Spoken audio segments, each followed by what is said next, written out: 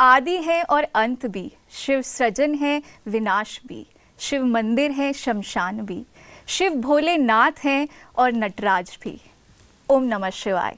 मैं सतनाम कौर आप सभी का स्वागत करती हूँ शिव रहस्य में, द सीक्रेट ऑफ शिवा।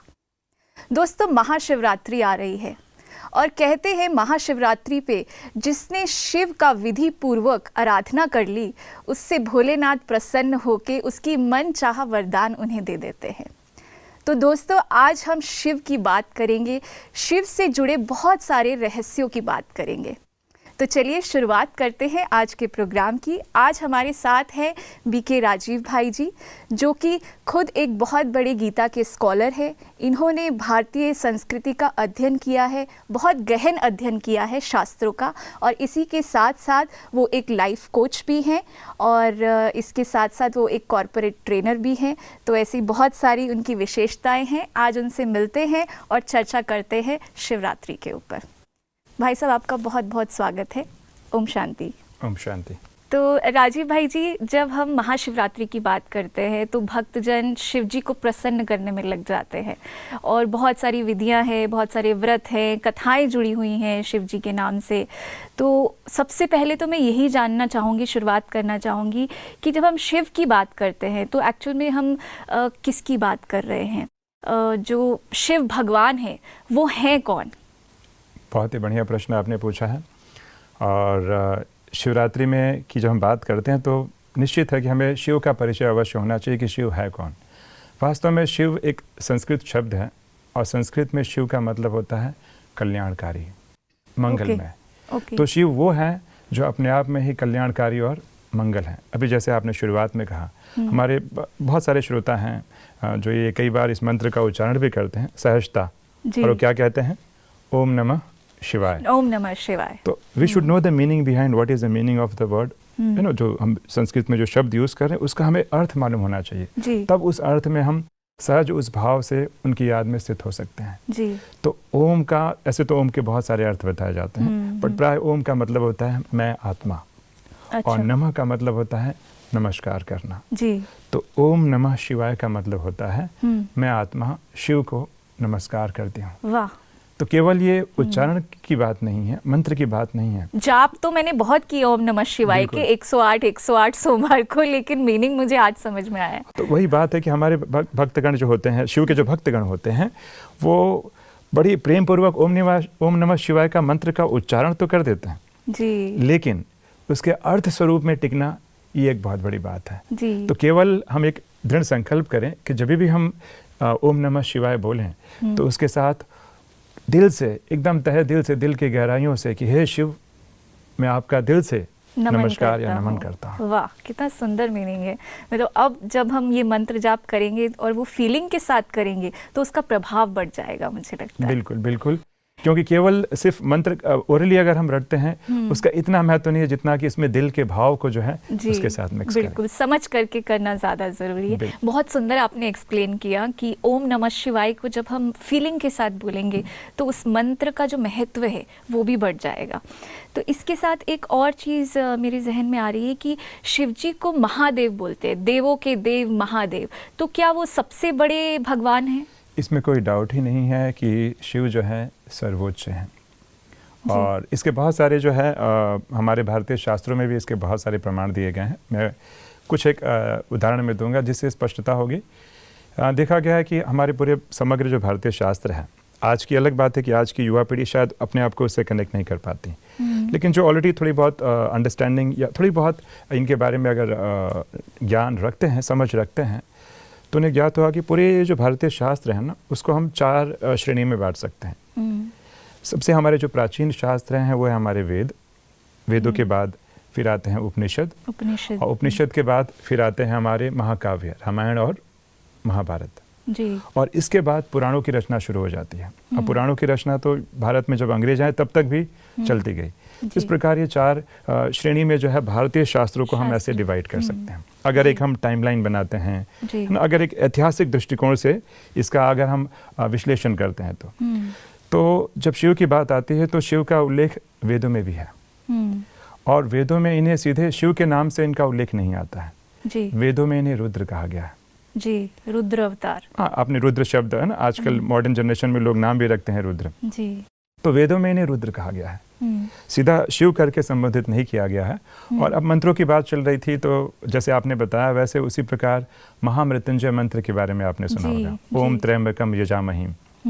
तो ये मंत्र का भी उल्लेख ऋग्वेद में भी है और यजुर्वेद में भी है। तो वेदों में भी इसका उल्लेख आता है और उसमें उनको त्रयंबक कहा गया है। तो त्रयंबक कौन है? शिव ही है। तो भारतीय हमारे जो प्राचीन शास्त्र जो वेद हैं उसमें भी शिव जी का उल्लेख है। फिर हम आगे बढ़ते हैं थोड़ा सा, तो वेदों के साथ यजुर्वेद में बताते हैं, कई विद्वान मानते हैं कि एक विद्युत पुरुष का जिक्र आता है। तो ये विद्युत पुरुष कोई और नहीं है, ये शिव ही हैं, जिनसे बताया गया है कि निमेष आदि काल की गणना शुरू हो जाती है। तो हमारे भारतीय शास्त्रों में वेदों में तो शिव का जिक्र है ही। अब वेद से हम आगे बढ़ते हैं, वेदों के बाद उपनिषदों की भारतीय परंपरा में शुरुआत हो जाती है। और उपनिषद में भी इसका जिक्र आया है। उपनिषद में ऐसे बहुत सारे उपनिषद हैं, जैसे श्वेताश्वर उपनिषद है, उसमें ऐसे जिक्र आता है कि सृष्टि के शुरुआत में, संसार के प्रारंभ में यत्र सर्वत्र अंधेरा ही अंधेरा था। और ऐसे अंधकार में समय में जो है, जहाँ पे न दिन था न रात था, और केवल एक निर्विकार शिव ही मौजूद थे। और इस निर्विकार शिव जो हैं, इन्हीं से ही जो है शास्त्रों की शुरुआत हुई जी। उपनिषद यहाँ तक कह जाते हैं। उपनिषद इन्हें शिव को ओंकार के रूप में जो है कहीं ना कहीं उनकी महिमा की गई है। ओंकार अक्षर कहा गया, अक्षर ब्रह्म भी कहा गया है। तो जहाँ जहाँ उपनिषदों में अक्षर शब्द आता है, अक्षर ब्रह्म की बात आती है, वह कोई और नहीं, सदा शिव ही है। सदा शिव ही है। बिल्कुल।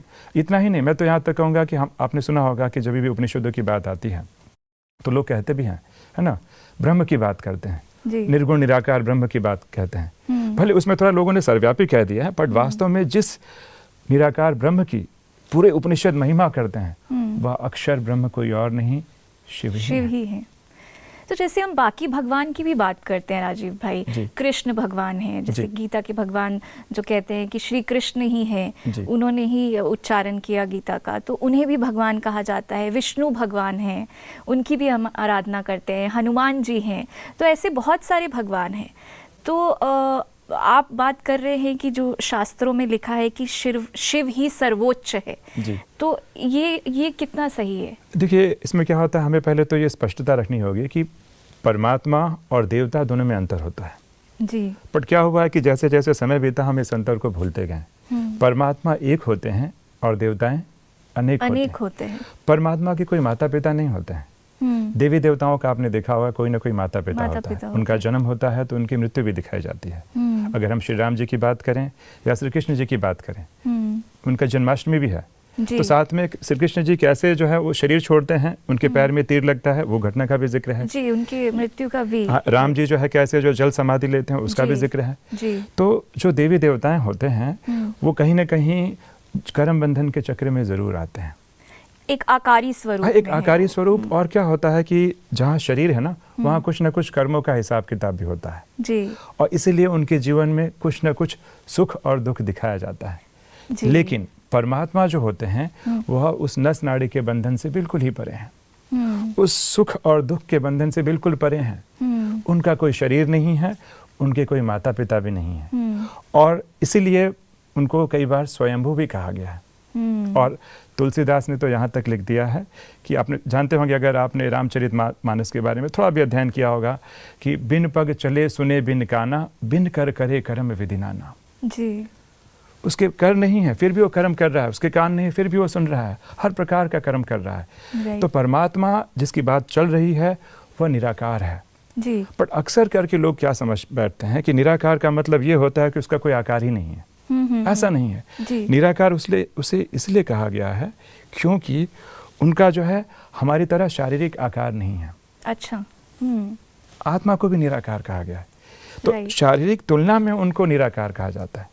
तो जैसे लोग ये समझते हैं कि भगवान निराकार है, और गीता में भी ये दिखाया गया है कि जब कृष्ण भगवान ने अपना असली स्वरूप दिखाया तो वो उनको एकदम प्रकाश के रूप में ऐसा दिखा था। और मैं खुद सिखिज़्म से बिलोंग करती हूँ, तो हमारे ग्रंथ में भी माना जाता है कि निराकार है भगवान। तो आपने अभी ये जिक्र किया कि भगवान का भी आकार है, तो मैं वहाँ पे पूछना चाहूँगी कि फिर उनका क्या आकार है? नहीं, बहुत ही अच्छा आपने कहा प्रश्न। देखिए क्या है कि जो हम निराकार कहते हैं, तो मैंने जैसे बताया कि शारीरिक आकार नहीं है, लेकिन शारीरिक आकार के कंपैरिजन में कुछ ना कुछ तो आकार होना चाहिए, तभी तो हम ध्यान केंद्रित कर पाएंगे। कई लोगों ने निराकार का अर्थ ये समझा कि सर्वव्यापक है, कोई आकार नहीं है। बट अगर कोई आकार नहीं है तो हम भगवान का ध्यान कैसे करेंगे? तो वो निराकार का मतलब ये होता है कि शारीरिक आकार नहीं, लेकिन एक ज्योति बिंदु स्वरूप है, कहीं ना कहीं एक बिंदु स्वरूप है। क्योंकि बिंदु या एटम से भी सूक्ष्म कण होते हैं, कई लोग मानते हैं उनका भी कहीं ना कहीं सूक्ष्म में आकार होता ही है। बिंदु का भी कोई एक स्वरूप है। यस, उसको हम इमेजिन करते हैं जीरो के रूप में। बिल्कुल। और क्या होता है ना, इसके बहुत सारे जिक्र कहीं ना कहीं आ जाते हैं। हाँ, जैसे भी आप आकार की बात कर रहे हैं, सेकंड कंफ्यूजन लोग इसमें भी कर देते हैं। कई लोग निर्गुण निराकार कहते हैं।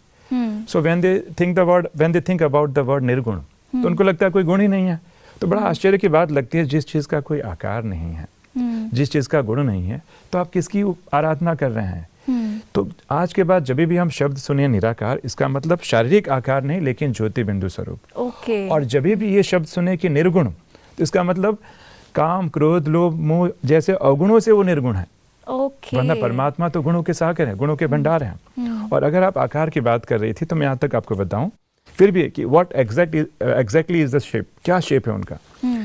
तो आप देखेंगे कि हमारे जो, ये तो मैं वेदों का रेफरेंस बता रहा था आपको, वेदों और उपनिषदों का, लेकिन इसके बहुत काल के बाद महाकाव्य जैसे रामायण महाभारत भी लिखे गए, मनुस्मृति भी लिखी गई। तो महाभारत और मनुस्मृति में भी जिक्र आता है जी। और जब हम महाभारत पढ़ना शुरू करते हैं तो स्टार्टिंग के चैप्टर में ही आता है, मनुस्मृति के स्टार्टिंग के चैप्टर में ही आता है। और ये आता है कि सृष्टि के आरंभ में अंधेरा था जी, और सृष्टि के आरंभ में एक अंड प्रकट हुआ। अंड मीन्स ओवल शेप, कहीं ना कहीं एक अंड प्रकट हुआ, जिससे जो प्रकाश में था, जो तेजो में था, प्रकाश में था, हजारों सूर्यों से तेज था, और उससे सृष्टि का आरंभ हुआ। तो बड़ा एक आश्चर्य की बात है कि जब हम ये शास्त्रों का रिसर्च कर रहे थे, तो हमने पाया कि लगभग जितने भी हमारे भारतीय शास्त्र हैं, उसमें शुरुआत ही ऐसे की जाती है, अंधेरा, और एक बताते हैं कि एक अंड का प्रकट होना, फिर प्रकाश आता है, और इस प्रकार से शुरुआत होती है सृष्टि की शुरुआत। ये मैं केवल सिर्फ महाभारत और मनुस्मृति की बात नहीं कर रहा हूँ। आपको आश्चर्य होगा कि अगर हम शिव पुराण की बात करें, शिव पुराण में तो यहाँ तक स्पष्ट कर दिया गया है कि प्रलय काल में, कलयुग के अंत में, प्रलय काल में एक ज्योतिर्लिंग प्रकट हुआ, जो कि तेजोमय था, प्रकाशमय था, और जो न घटता था न बढ़ता था। बिल्कुल उसी प्रकार कांस्टेंट था। और फिर बताते हैं कि उससे ही जो है सृष्टि का जो है उद्गम, ये सारी बातें जो है शुरू होती हैं। तो मुझे बड़ा सरप्राइज लगा, केवल वेदों की बात नहीं, केवल रामायण महाभारत की बात नहीं, और मतलब समग्र जितने भी भारतीय पुराणों की अगर हम बात करते हैं, सब जगह शुरुआत ही ऐसे होती है, बिल्कुल अंधेरा। नहीं, जैसे शास्त्रों की बात मैं यहाँ पे करना चाह रही हूँ कि आप हिंदू शास्त्र की बात कर रहे हैं, लेकिन बाकी धर्मों में जब हम बात करें, यू विल बी सरप्राइज कि हम बाइबल का अध्ययन कर रहे थे और कुछ ज्यूइश ग्रंथ का अध्ययन कर रहे थे, द सेम स्टोरी। वहाँ पे भी, बाइबल में भी इसका जिक्र आया कि ईश्वर का आत्मा जल पर डोलता था। पहले संसार जल में था और ईश्वर का आत्मा जल पर डोलता था। तो इवन बाइबल जैसे ग्रंथों में भी कहीं ना कहीं इनडायरेक्टली जिक्र आता है। तो इसका मतलब जितने भी भारतीय शास्त्र और विदेशी शास्त्र है, यत्र सर्वत्र शुरुआत इसी से होती है, अंधेरा और एक ज्योति या एक अंडा का प्रकट होना और सृष्टि का प्रारंभ होना, जो इस बात का सूचक है कि परमात्मा निराकार हैं, ज्योति स्वरूप हैं, शारीरिक आकार नहीं है, और वो सर्वोच्च और काफ़ी पुरातन अर्थात काफ़ी प्राचीन है। बहुत सुंदर राजीव भाई जी, आपने जो परमात्मा का आज परिचय दिया, उससे मुझे तो बहुत क्लियरिटी मिली है, एंड आई एम श्योर हमारे दर्शकों को भी बहुत क्लियरिटी मिली होगी। ऐसे बहुत सारे रहस्य हम आपके लिए लेकर आएंगे फिर से अगली कड़ी में। ओम शांति।